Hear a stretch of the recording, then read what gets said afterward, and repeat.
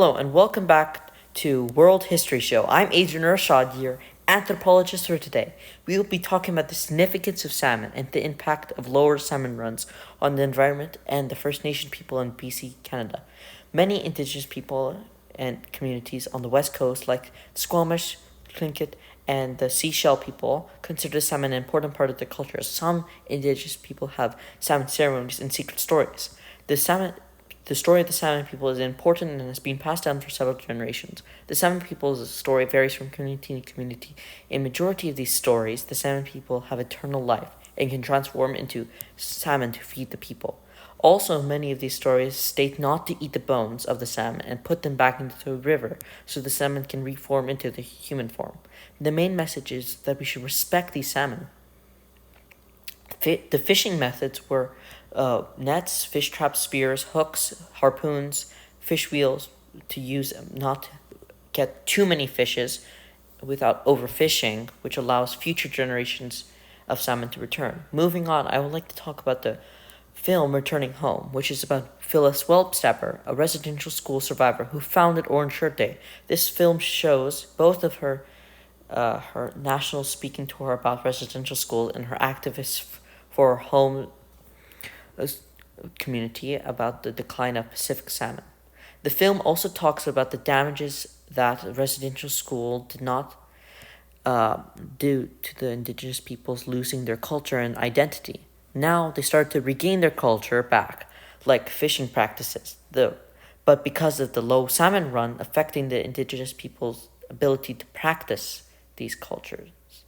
In the film, the fisheries in Oceans Canada restricted Indigenous communities by allowing them to fish only one Chinook salmon for ceremonial practices. One Chinook salmon for the whole community.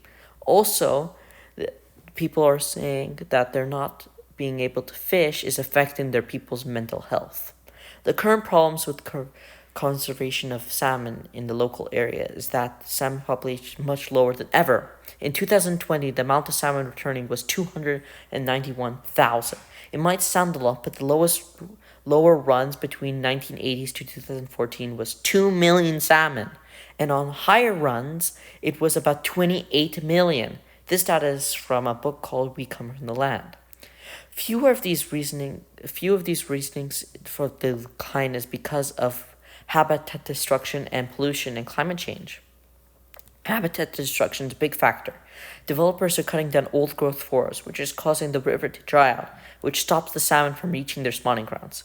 Recent studies have shown that polluting chemicals can affect salmon's health in many ways. Certain metals and pesticides are toxic to the salmon's nervous system. Pesticides and petroleum products are suppressing the salmon's immune system, making salmon more vulnerable to pathogens and that can cause lethal diseases. Petroleum products also are known to depress the growth rate of young salmon, which can cause effect on their survival. Other chemicals might target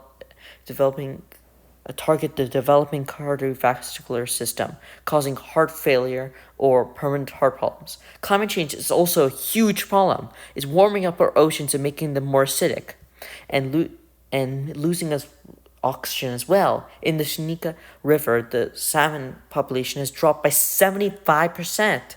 The sockeye does not adapt well to these warmer waters. The warmer waters are also affecting the salmon's food sources. Moving on, how the problem is affecting the local biodiversity. Some populations of sockeye, Chinooks, and Shoho salmon are listed as endangered. This is horrible because every species is important to the ecosystem, and when a species is extinct, it can cause a domino effect, making other species more affected to climate change, pollution, and habitat destruction. The salmon is one of the core species in BC, and without, many animals would suffer, like bears, eagles, orcas, and more.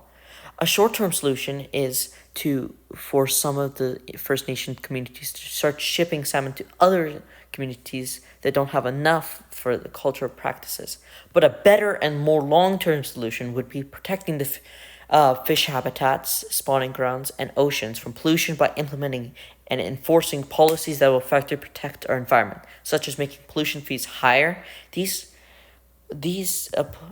policies should not be limited to regional, provincial, or national, but these need to be international treaties to protect their fish stock. The long-term solution is important for our generations. This will help increase the salmon population back to original amount and the ecosystem will regain its balance. The First Nation people will have a lot more fish to fish and practice their culture with salmon. But these are many limitations. First of all, it will take a long time to agree on it, on the implementing the policies, especially if they're going international.